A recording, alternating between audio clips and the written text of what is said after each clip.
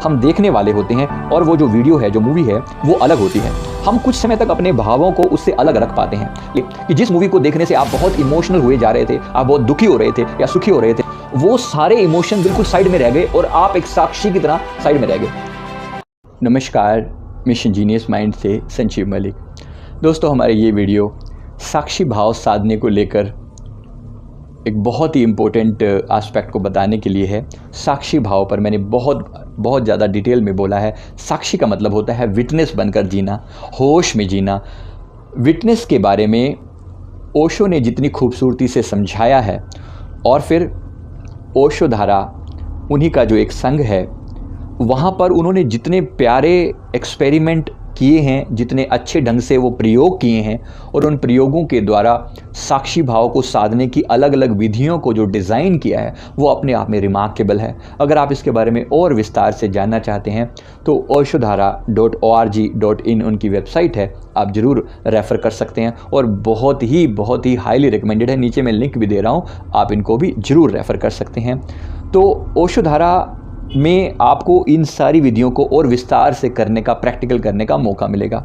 ये जो पार्ट है जो मैं अब आपको बताने जा रहा हूँ, साक्षी भाव साधना, ये ओशो के वचनों में मैंने इसको सुना है और प्रयास किया है इसके ऊपर। सिंपल चीज़ है, बहुत ही सिंपल। इसमें मैं कोई टेक्निक की तरह नहीं कह रहा हूँ, एक प्रयोग की तरह कह रहा हूँ।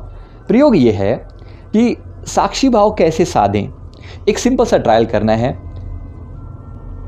नॉर्मली कोई भी वीडियो देखते हुए, मूवी देखते हुए, हमारे साथ क्या होता है, जब हम वीडियो या मूवी देखते हैं तो थोड़ी देर के लिए हम उससे अलग होते हैं, हम देखने वाले होते हैं, और वो जो वीडियो है, जो मूवी है, वो अलग होती है।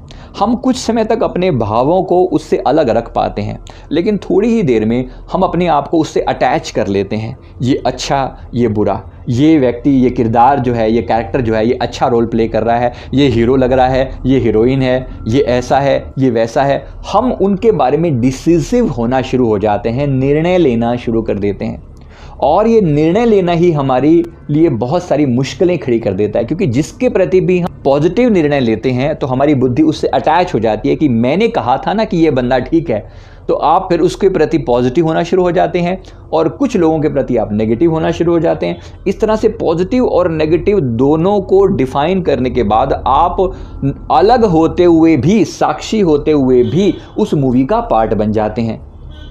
तो मूवी का पार्ट ना बना जाए, इसके लिए ही साक्षी भाव साधने की ज़रूरत है। ठीक ऐसे ही जैसे ये मूवी है, ऐसे ही ये सारा संसार है।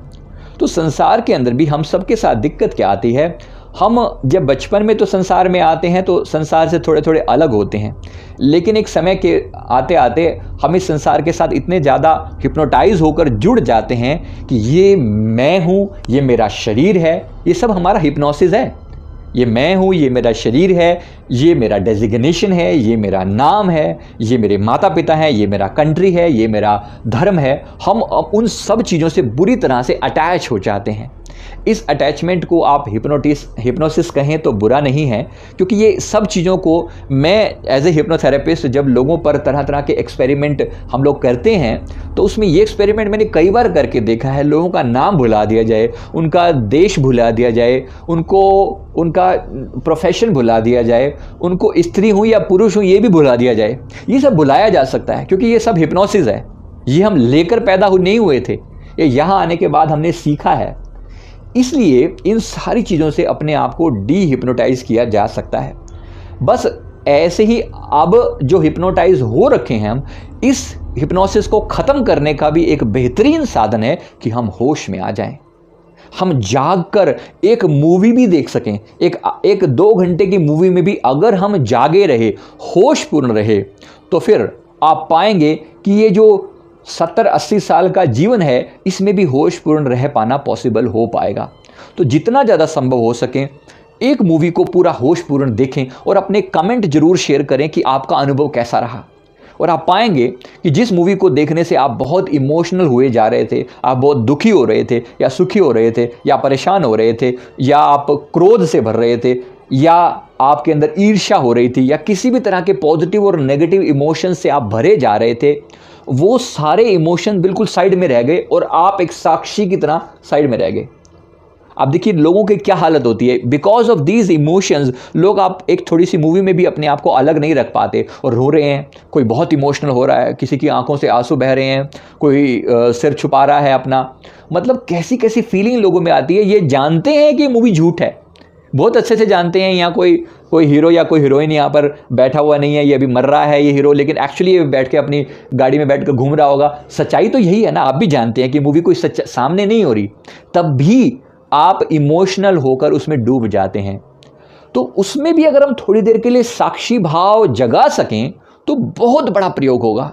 मैंने करके देखा और मैंने पाया कि सच में उस मूवी को, कोई भूतिया मूवी थी, मुझे स्पेशली मैंने इस पर एक्सपेरिमेंट किया, जिसको लेके आमतौर पे लोग बहुत डर जाते हैं। उस भूतिया मूवी को भी देखते हुए जब मैंने साक्षी भाव साध के रखा तो ड्रामेटिकली किसी भी तरह के डर का कोई भी असर नहीं था, जबकि बड़े बड़े लोगों की जो उसको देखने के बाद हालत ख़राब हो जाती है। आप भी कोई मूवी देख सकते हैं जो आपको पसंद हो, ट्राई करके देखिएगा, लेकिन साक्षी भाव से, समझ के साथ, होश के साथ, विटनेस बन के, तो आपको पता चलेगा कि किस तरीके से डिटैच होकर रहा जा सकता है। और कुछ समय का ये प्रयोग आपके जीवन में एक ज़बरदस्त क्रांति ले आएगा। एक विशेष चीज़ जो मैंने इसमें देखी है कि अगर आप थोड़ी देर के लिए अपने ध्यान को दोनों आईब्रोज़ के सेंटर में लगा लें और यहाँ पर एक आँख इमेजिन कर लें, इस आँख से आप सामने देखें।